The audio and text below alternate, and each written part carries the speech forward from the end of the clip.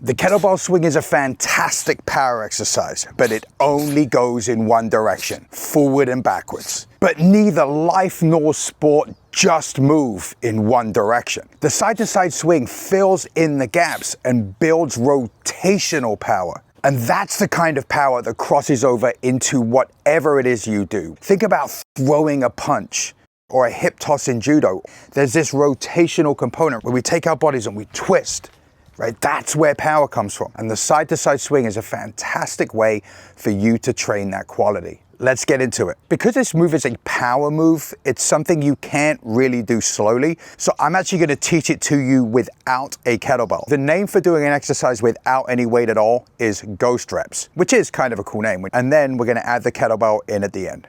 So first thing, we want the rotation to happen in the middle of the back, not the lower back. So I'm not letting this hip twist out. Instead, I'm keeping the hips centered, hinging back, locking the hips in place, and then rotating here. So you're going to see the low back isn't twisted, right? We haven't gone here. The rotation happens through the thoracic spine in the middle of the back, not the lumbar spine at the bottom of the back. That brings up a really good point. There is an amount of thoracic rotation you need to own in order to be able to do this exercise safely. One way you can develop that is by this simple exercise using a wall and a foam roller or something that looks like a foam roller. Okay, and all we're gonna do, we're gonna put the foam roller here and squeeze in here. So I'm pinning the foam roller between my knee and the wall. Now what this is gonna do is lock my hips in place, right?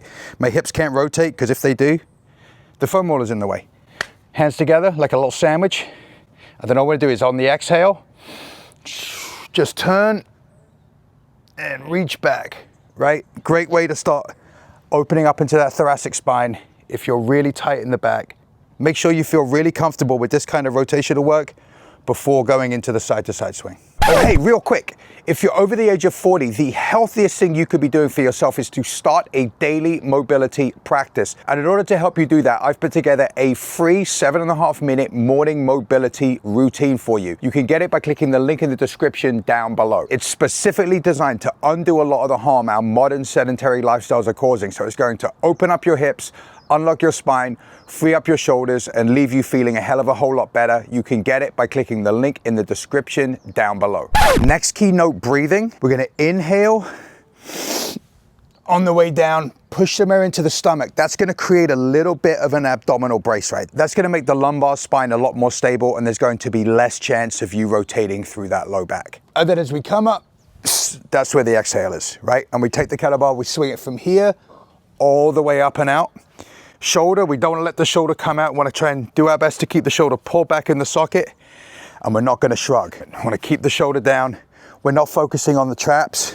It's much more of an exercise for the midline of the body. Okay, next, legs. As I'm going into the side-to-side swing, as my hand is reaching across my body, this leg is going to lift, right? This heel is going to stay flat. So my right heel stays flat, left leg comes up, and then we drop the heel as we come up. Eye line at the top of the swing, we want to be looking at the kettlebell, and as we drop down, we want to be looking at the floor in front. Putting it all together, comes across, heels up, making sure the hips hinge back first. It's still a kettlebell swing, so it's still a hip hinge.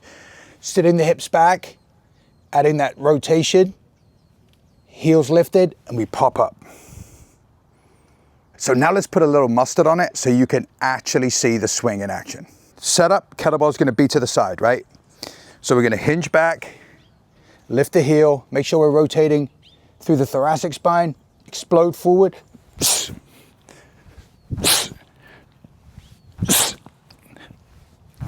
Full disclaimer, I came out here today to shoot a much more involved video on unusual swing variations for power, but I needed some additional equipment, and the additional equipment, it broke. So this video is just all in on the side-to-side swing. Honestly, it's a valuable enough exercise that I think it does deserve its own video, and I do think it deserves a place in your program. So where do you put it? I don't like the side swing as a cardio respiratory exercise. It's a safe exercise if you do it right, but it is the kind of exercise you want to mind your P's and Q's when it comes to technique. And a good rule of thumb, if you're going to use an exercise for conditioning purposes, it should be an exercise that is extremely safe to perform, even when you're tired, even if your form is not 100% dialed in. And the side-to-side swing with the rotational aspect, it's just not an exercise I think is the best idea for that. Number two, because of its nature as a power exercise, you don't want to go super heavy, right? The goal is to be quick, explosive, and snappy. So it should be a bit more of a moderate kettlebell. I can comfortably swing a 36 kilogram kettlebell without issue. For the side swing, I'll use a 16 to 20, just feels right, gives that pop, gives that explosion, back feels great. No issues, don't go super heavy. For power exercises, you want to program them earlier in your workout when you're fresh. So you would do your general warm-up, right? Whatever mobility stuff you're going to do to get ready to train. I would suggest doing a few sets of regular swings first, just to get a little bit of a pump in the low back, a little bit of blood there. Makes the exercise even safer. Do 2 to 3 sets of 10 repetitions per side for the side swing, and make sure they're explosive, snappy, and crisp.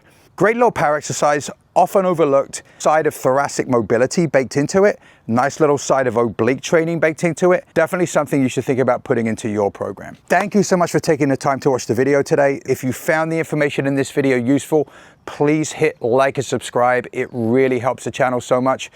Thanks again. I appreciate your time, and I'll see you in the next video.